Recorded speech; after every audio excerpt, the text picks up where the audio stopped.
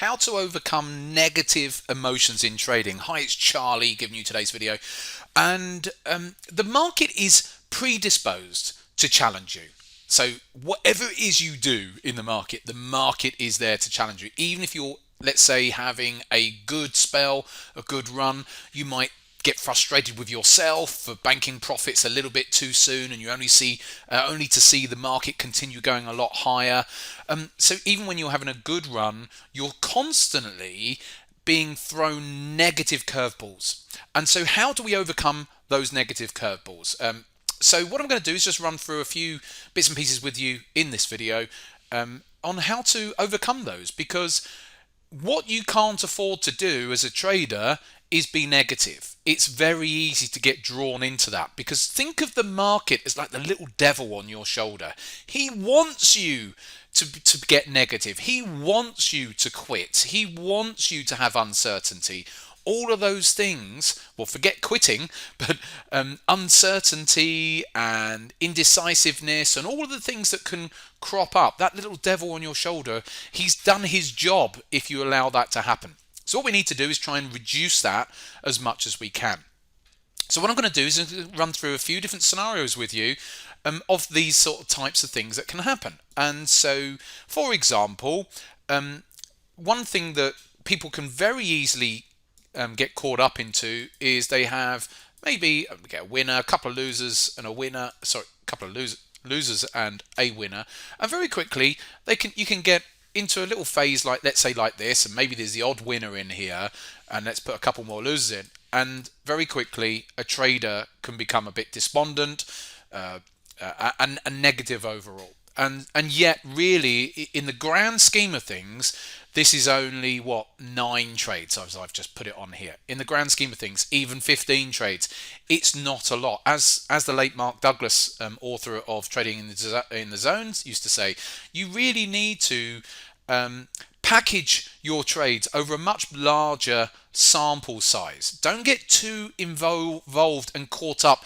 in the short-term moment, because as we know, in the short term, anything can happen. It could be the opposite of this in the short term. We could go and get a load of winners coming through. If my mouse is going to work, there we go. We could get a load of winners coming through in the short term, and that will make us feel really good, of course.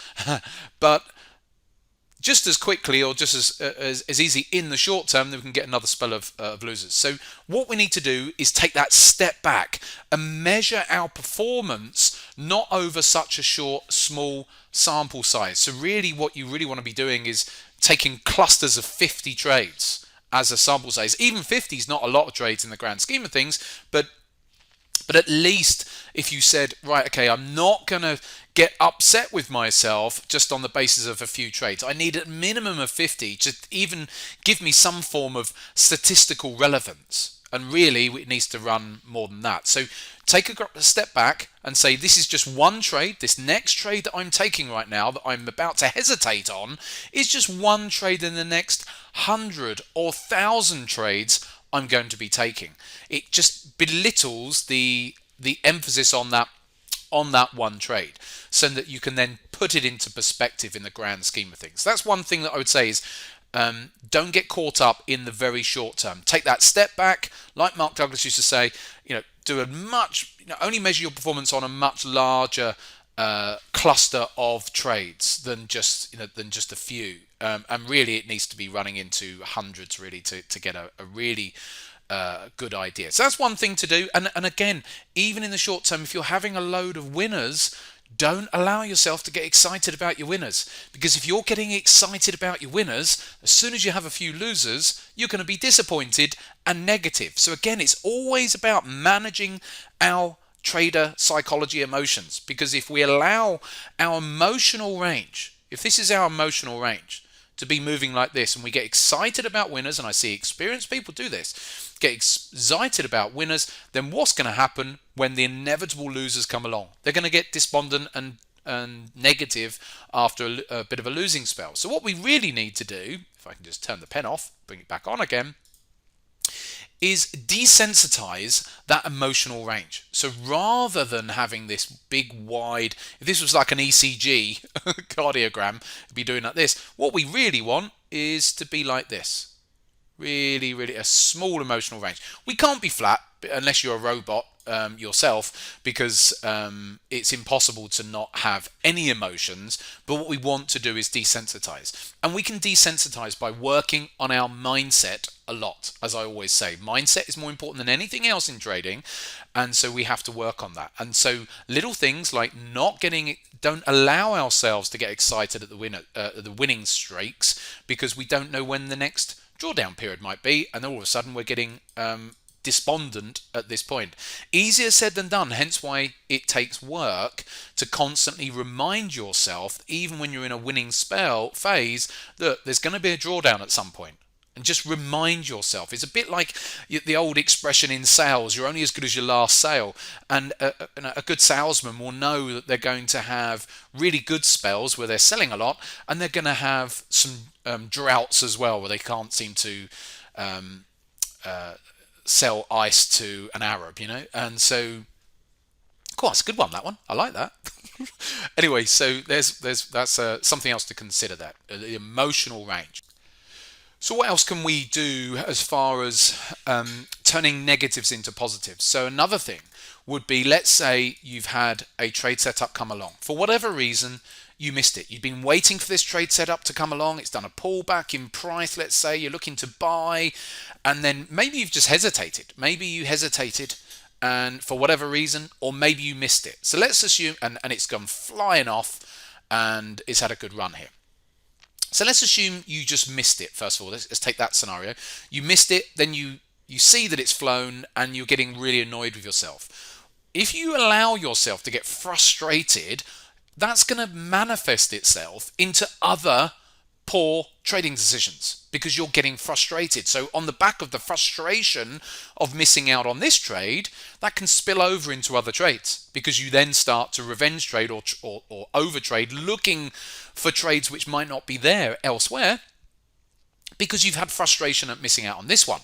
And so again, we can't allow ourselves to get frustrated. How do we turn that negative of potential frustration and turn it into a positive? Well, what you do is you say to yourself, well, at least my analysis was correct. I missed it on this occasion.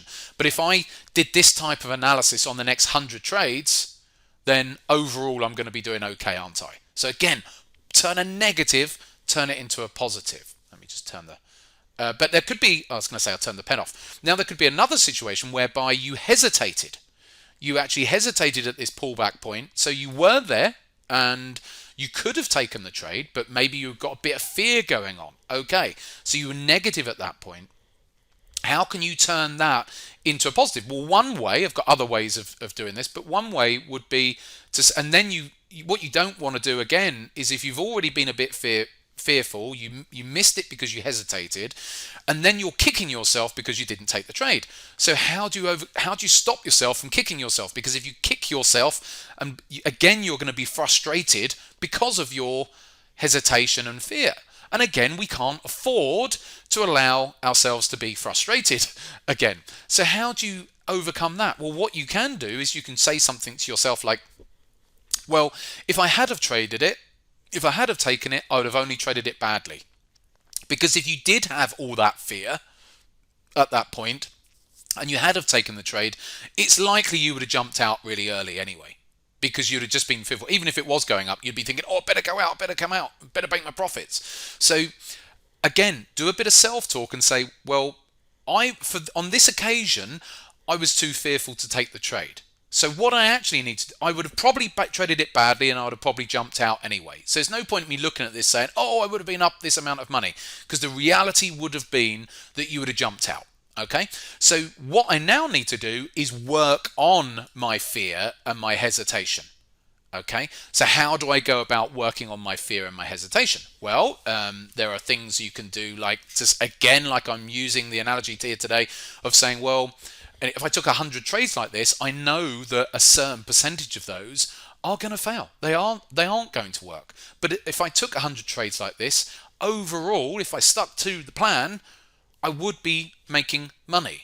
And so again, it's those sorts of things, taking that step out, placing less importance on the outcome of this very trade and keep reminding yourself of the next 100 trades that you're going to be taking, or the next 1,000 trades you're going to be taking.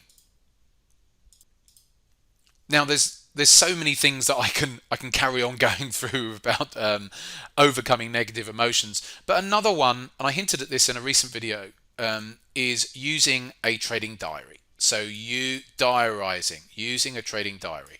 So you can just use a spreadsheet. Some people still use an old school book if you want to, or fill in a spreadsheet.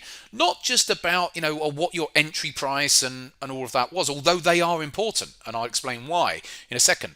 But also you can log down what your emotions were like at the beginning of the trade and during the trade and at the end of the trade as well. So really important. And then you do a regular review.